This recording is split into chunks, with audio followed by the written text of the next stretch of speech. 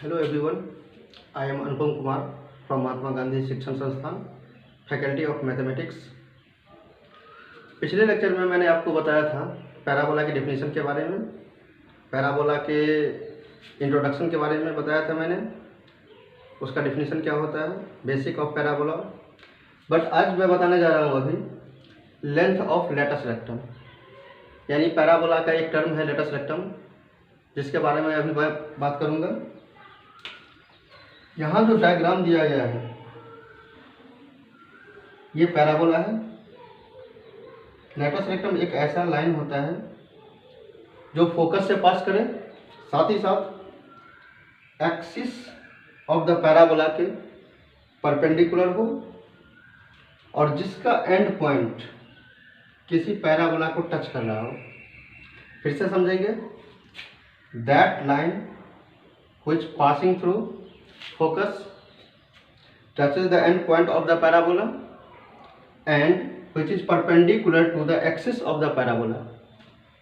So ML is the latus rectum. ML latus rectum है। अब बात यह है कि लेटस रेक्टम का लंबाई कैसे निकालेंगे, लेंथ ऑफ लेटस रेक्टम क्या होता है। तो लेंथ ऑफ लेटस रेक्टम के बारे में अभी हम बात करेंगे। हम जानते हैं डेफिनेशन ऑफ पैराबोला से M F equal to P M, M से एफ तक का डिस्टेंस और एम से पी तक का डिस्टेंस दोनों इक्वल होगा, that is M F equal to P M. अब हम देखें ये पी एम ए एफ के बराबर है, P M is equal to A F, A F is equal to F O plus OA. Now FO that is the length between focus and origin, which is A. Again the length between origin to the lateral rectum, it is also A, that is A plus A is equal to 2A. So MF equal to, यहाँ MF का जो value है वो PM के बराबर है, MF equal to PM, और PM का जो वैल्यू है वो AF के बराबर है। और हम जानते हैं कि AF का वैल्यू क्या है 2A, AF का वैल्यू क्या है 2A। तो इस प्रकार से हमारे पास MF का लंबाई आ गया है 2A, और पूरे लेटस रेक्टम का बात करें तो M से लेकर के L तक का जो डिस्टेंस होता है वही लेटस रेक्टम कहलाएगा। तो यहाँ से यहाँ तक का अगर 2A है तो ये पूरा जो लेटस रेक्टम है उसका लंबाई हो जाएगा 4A, क्योंकि उसको 2 से मल्टीप्लाई हो जाएगा। तो लेंथ ऑफ लेटस रेक्टम हो जाएगा 2 into 2A which is equal to 4A। तो आप समझ सकते हैं कि अगर क्वेश्चन में कभी भी दिया रहेगा लेटस रेक्टम का लंबाई निकालें तो वो हो जाएगा 4A, जहाँ ए क्या है आपका distance from origin to the focus, origin से फोकस तक का डिस्टेंस क्या कहलाएगा, ए कहलाएगा।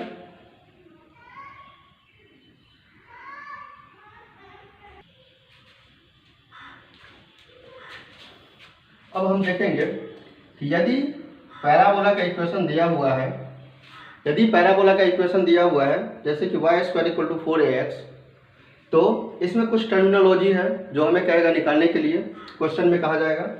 सबसे पहला है फोकस का coordinate of the focus which is a,0, focus का कोऑर्डिनेट हो जाएगा a,0। इक्वेशन ऑफ डायरेक्ट्रिक्स वो हो जाएगा आपका x इक्वल टू -a, इस -a को इधर लाएंगे, x plus a is equal to 0। Axis of the parabola is x axis, length of latus rectum is 4a, और वो पैराबोला इस प्रकार से होगा, यहाँ पे फोकस होगा और डायरेक्ट्रिक्स इसके पीछे होगा। तो जितना डिस्टेंस पे फोकस होता है उतना ही डिस्टेंस पे डायरेक्ट्रिक्स होता है। क्योंकि डायरेक्ट्रिक्स एक्स एक्सिस के नेगेटिव डायरेक्शन में है, इसीलिए डायरेक्ट्रिक्स का इक्वेशन जो भी होगा वो x इक्वल टू -a होगा। अब हम देखेंगे इस एक्सरसाइज से रिलेटेड जो भी क्वेश्चन है उसमें से 2-4 क्वेश्चन आपको अभी मैं बता रहा हूँ, जिससे कि आपको मदद मिलेगी, आगे आप काम कर सकते हैं, पूरा का पूरा एक्सरसाइज बना सकते हैं। तो अब जो हमारा एक्सरसाइज है इसके बेस पे वो है 11.2, exercise 11.2 from NCERT।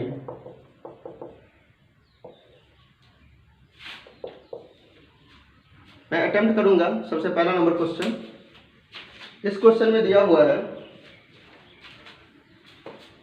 In each of the following exercise 1 to 6 find the coordinate of the focus, axis of the parabola, the equation of the directrix and the length of latus rectum. Question है पहला number, y² is equal to 12x। अगर हम इसे standard form में लिखें तो y² equal to 4 × 3 × x लिख सकते हैं। और इसे अगर हम कंपेयर करें 4ax से तो we get a is equal to 3, यानी a का वैल्यू मेरे पास 3 आएगा। अब इस a के हेल्प से जितना भी क्वेश्चन में पूछा हुआ है वो सारा का सारा टर्म हम निकाल सकते हैं। जैसे coordinate of the focus, coordinate of the focus which is a, 0, यहाँ a क्या है 3, 0 हो जाएगा। इक्वेशन ऑफ डायरेक्ट्रिक्स,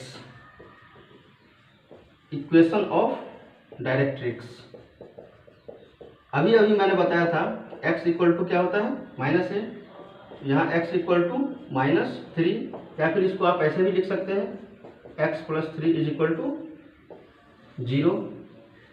इसके बाद length of latus rectum, length of latus rectum which is 4a, that is 4 × 3 is equal to 12, and axis is equal to x axis। तो आप ध्यान से देख लें इसे, ये क्वेश्चन नंबर 1 है और इस प्रकार से आगे भी आप बना सकते हैं। तो ये फर्स्ट नंबर क्वेश्चन था। अब इसका क्वेश्चन नंबर 2 मैं अटेम्प्ट करने जा रहा हूँ। क्वेश्चन नंबर 2 इक्वल टू है x² is equal to 6y।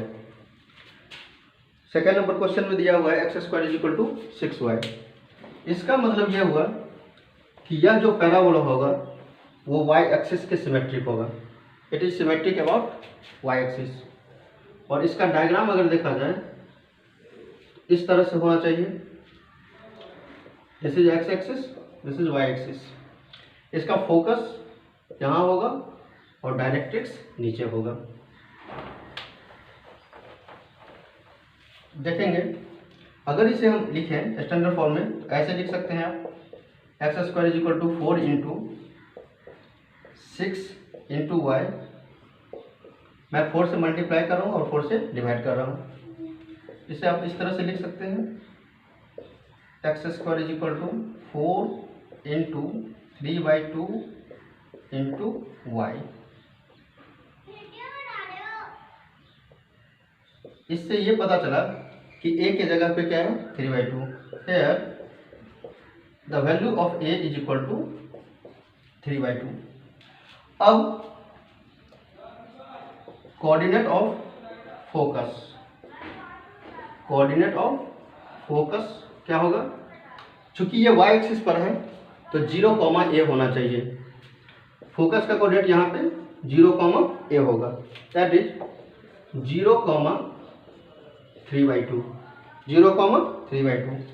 और चूंकि फोकस ऊपर है तो डायरेक्ट्रिक्स नीचे होगा, इसीलिए इक्वेशन ऑफ डायरेक्ट्रिक्स,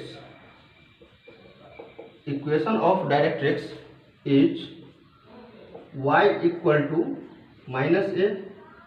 इसका मतलब है चूंकि ये y एक्सिस पे है तो y equal to -3/2। Equation of directrix हो जाएगा y इक्वल टू -3/2। इसका एक्सिस जो होगा axis equal to y axis, इसका एक्सिस क्या होगा y axis, and length of latus rectum, length of latus rectum is equal to 4a, that is 4 into 3/2।